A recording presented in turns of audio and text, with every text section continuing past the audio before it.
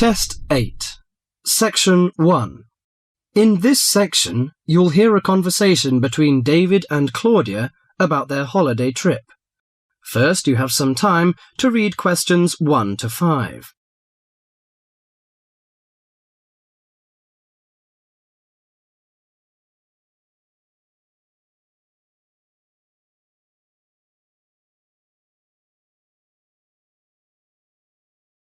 Now listen to the conversation and answer questions 1 to 5.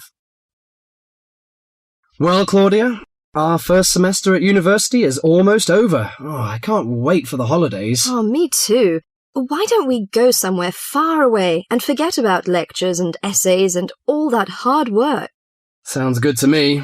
How about if we go to the coast? It would be great to do some swimming and surfing. The coast would be good, but let's look at our other options. There are the mountains. They're nice and cool at this time of year. There's also the desert, which I really enjoyed last year. What about going to Sydney? I've never been there, and they say it's a great city to visit. Well, I agree. Sydney would be good, but there are too many tourists there at this time of year, and I'd rather get away from buildings and cars. I vote for the mountains. All right, then, let's do that. Now, we have to decide where we're going to stay and how we're going to get there. Any suggestions? Well, for places to stay, there are the usual places, motels, hotels, and youth hostels. We can go camping too. I'm afraid I'm not a very good camper. I tend to feel a bit frightened sleeping outdoors. All right, we'll forget about camping. So, what do you prefer? Well, since neither of us has a lot of money, I don't think a hotel or motel would be possible. How about a youth hostel? Oh, I'd rather not go to a youth hostel. They're cramped and noisy, and the person in the bed next to you might be a snorer. No, I think we should find a small holiday house to rent, and if we get a few more friends to join us, it will be really cheap. Okay. You know, it's the first time for me to travel to the mountains. What do you suggest to take? Mosquito net, I guess. Mosquito net is useful, but I don't want to add more weight to our luggage. So the insect repellent can do, I think. Besides, aspirins are necessary and some cold cure, in case we feel sick or something like this. Do you think we need binoculars and a camera? Well, it would be a good idea to take binoculars. As to a camera, I'm not very for it. I'd rather record the scenes in my mind. You're right. What about the money? How much do you think is enough, and how we should take it?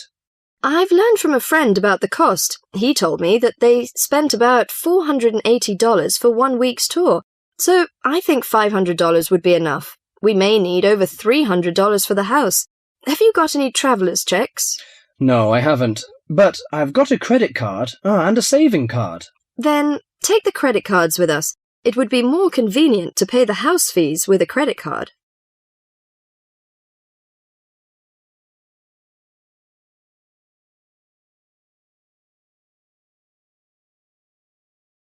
Before the rest of the conversation, you have some time to read questions 6 to 10.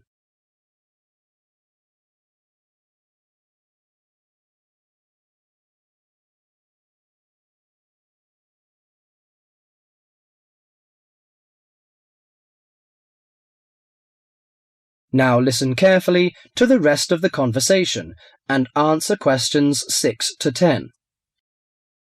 I nearly forgot the date. How long will we have before we have to be back here on campus? Under a week, I think. We'll leave on the 14th of April and come back on the 21st, because you know we'll start to study on the 22nd. Do you know the definite locations of some holiday houses? I suppose it would be nice if we book in advance. Yes. Look at this brochure here.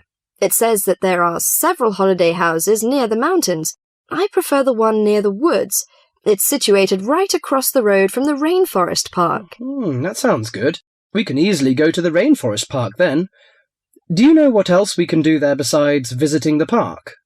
I know that many people go there for bushwalking, but you need a good pair of walking boots, of course. Are there any dangers in the bushes? I'm a little frightened. In fact, there's no need to be nervous of the bushes, provided that you treat it with respect and common sense. Most of the animals and wildlife are gentle and harmless. There are venomous snakes to be aware of, but really they're much more frightened of you than you are of them. The other thing is that certain plants can cause irritation if you touch them with bare skin. I see. Well, I can't wait for the coming holiday. That is the end of section 1.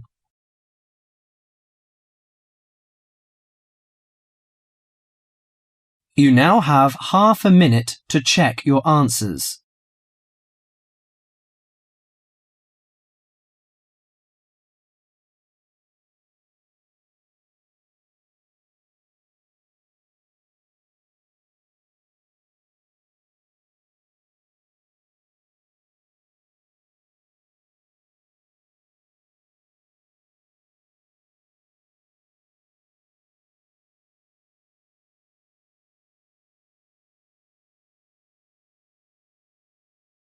Section 2.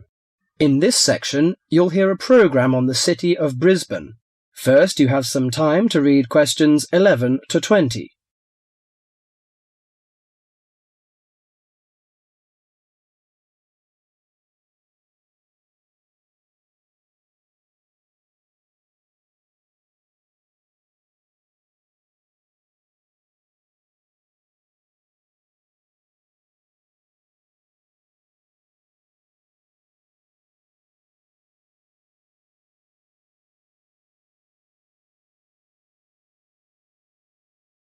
Now listen to the conversation and answer questions 11 to 20. Today in our Around the World programme, Mr. White is going to recommend a charming city to you, Brisbane. Good morning, ladies and gentlemen. Have you ever been to Brisbane? Well, if you are looking for a mild climate, a relaxed atmosphere, and a lot of culture, Brisbane might be the place for you. Its sunny cafes and offshore islands attract surfers and sun lovers, but it is also the arts capital of Queensland, with many museums and art galleries. This thriving artistic setting mixes well with Brisbane's beach town atmosphere. Together, these two qualities make Brisbane a very desirable place to live. No wonder since 1980 over 500,000 Australians have moved here. Brisbane is now Australia's third largest city. English settlers living in Australia established Brisbane in 1842. At that time, more than 100,000 Aboriginal Australians were living in Queensland. As the settlers discovered Queensland's resources, more and more of them moved in. Regretfully, the settlers drove the Aboriginal Australians from their lands. By 1859, Brisbane had grown into a prosperous city. In 1988, the world watched as Brisbane hosted the World Expo. This international fair showcased new technology, but it also showed off the city of Brisbane to the world. Brisbane also hosts a wide range of events year-round. In April, everyone can enjoy a few laughs at the Comedy Festival, and movie lovers will enjoy a film festival that takes place every August. For 2 weeks in September, there is an outdoor festival of the arts. In October, a music festival draws a large crowd. And in January, you can see Brisbane's most bizarre event. You may be surprised to hear that. The annual cockroach races. That's right, people really do train and race cockroaches. Brisbane's nice climate and compact design makes it easy to explore on foot. Follow the golden arrows in a footpath around the city centre. This will lead you on a tour of Brisbane's historical district. From the city centre, take a boat across the Brisbane River to South Bank.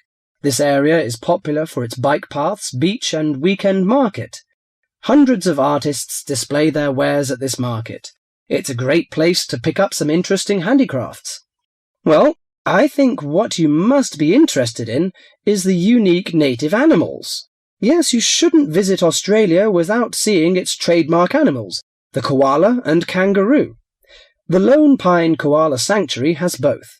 It is located just outside the city centre in beautiful parkland. You can hold one of the park's 130 koalas or feed the kangaroos. Another quiet refuge from the city is Mount Coot-tha, about 8 kilometres from Brisbane. On a clear day, it offers spectacular views of the city. It also has hiking trails and beautiful gardens.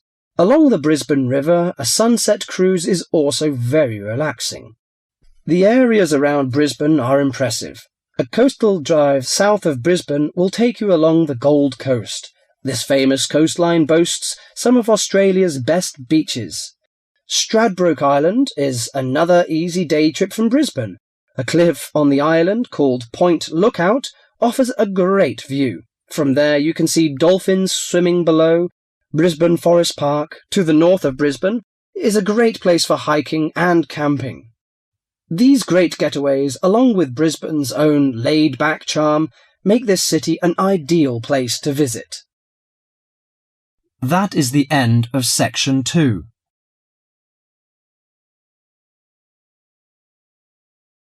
You now have half a minute to check your answers.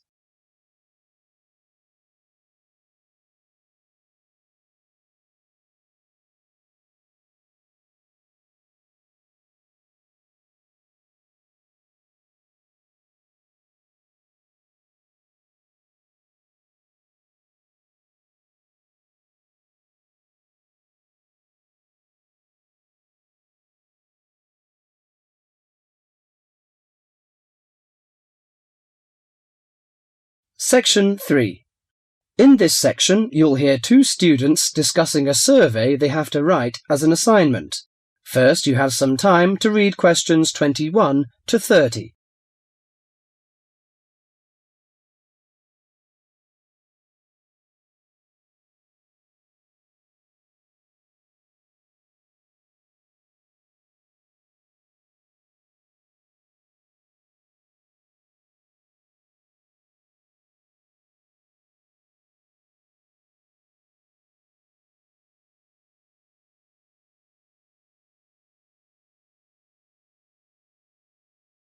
Now listen to the conversation and answer questions 21 to 30.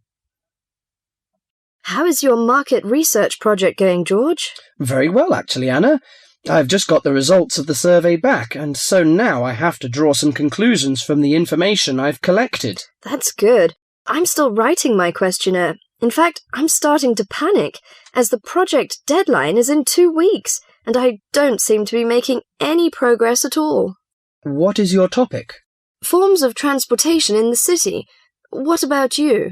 I've been finding out people's attitudes to the amount of violence on television. That's interesting.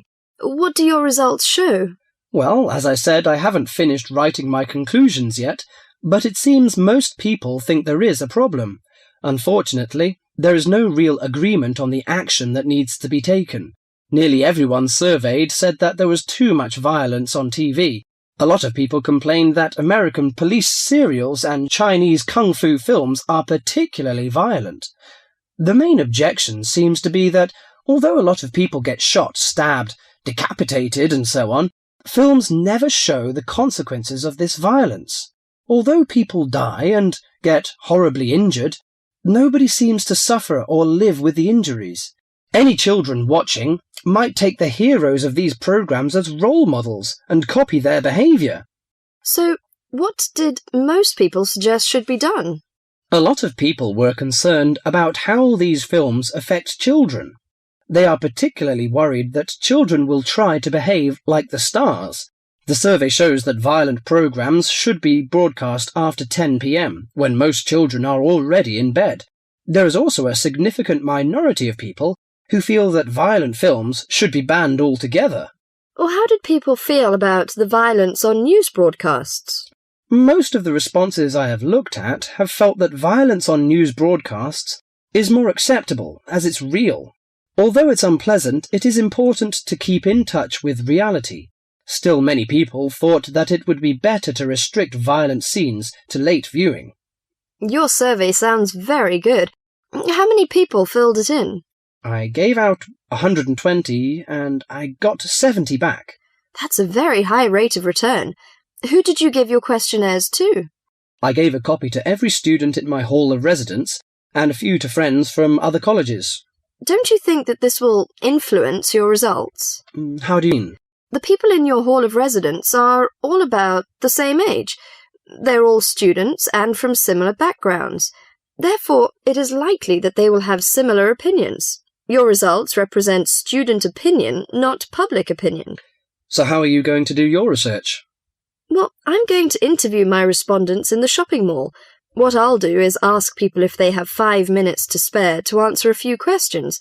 If they agree, I will ask them some multiple-choice questions and tick off their answers on my sheet.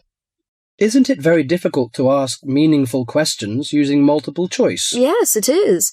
The secret to writing a successful survey is to write simple multiple-choice questions that target the information you're looking for. There, it's better to write a lot of short, specific questions than longer general ones. So that's why it is taking you so long to write. Yeah, but I hope I'll be ready to start interviewing at the weekend. That is the end of section 3.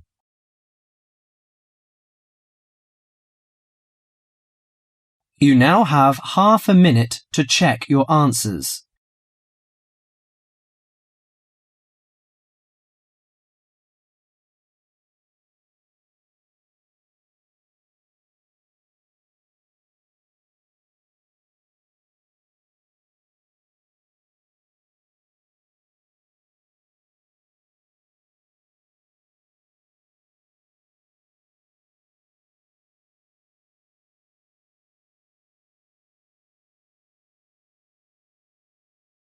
Section 4.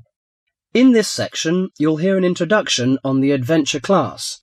First, you have some time to read questions 31 to 40.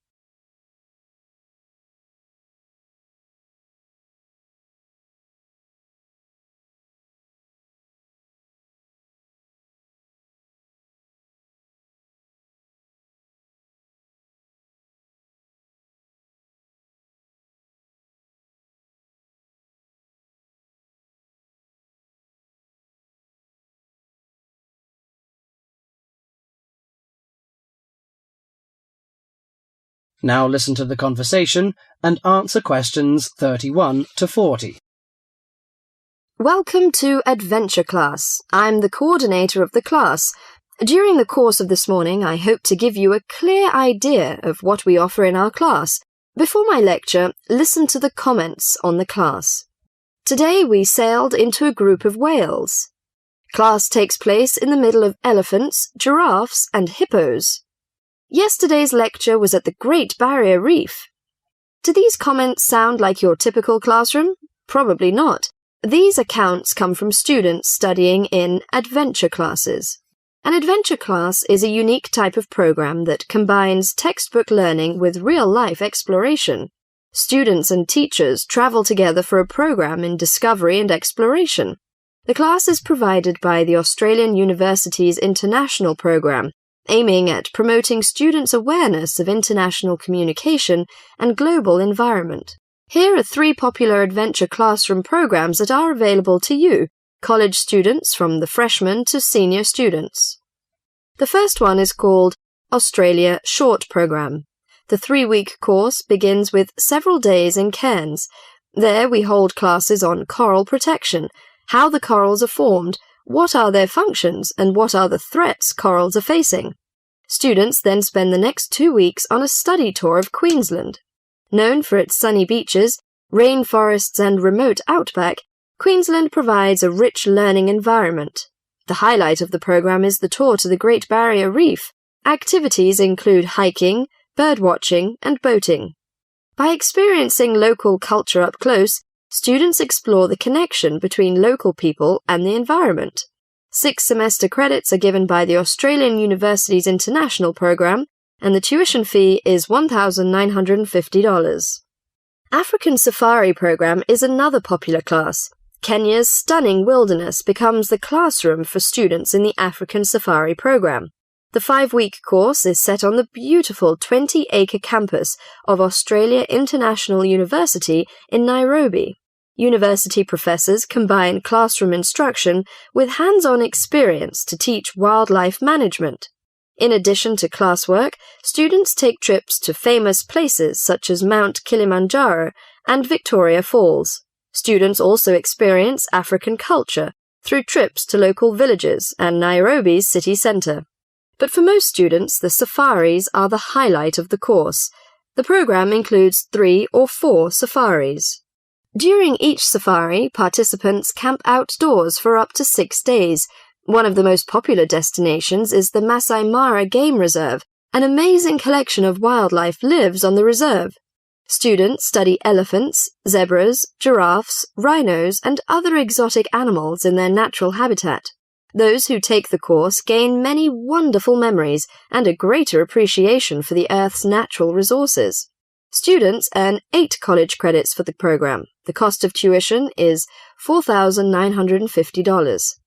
The last on the list is Sea Education Association, SEA. The SEA program is a one-of-a-kind opportunity where students live and learn aboard a tall ship. The course combines ocean research with instruction and personal experience in sailing. After careful instruction, both on shore and at sea, the participants begin practicing what they've learned. Everyone on board takes turns operating and navigating a 134-foot sailing ship. That is the most outstanding. Life at sea is non-stop, so everyone is assigned to a watch. During that time, students work in the lab, in the kitchen, on deck, or in the engine room. Each watch group includes 8 people who rotate throughout a 24-hour schedule. They learn how to live at sea and how to work together as a team. Students can choose from 3 programs in different locations, each about 3 weeks long. College credit is awarded, and the cost is $3,600.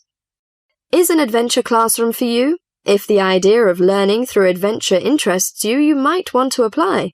It would certainly be an experience you would never forget. That is the end of section 4.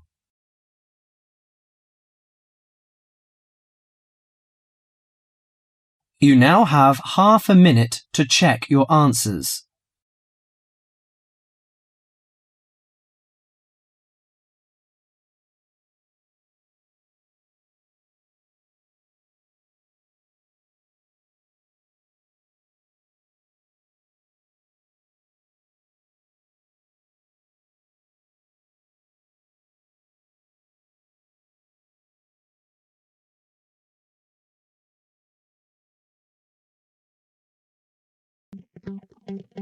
That is the end of the listening test.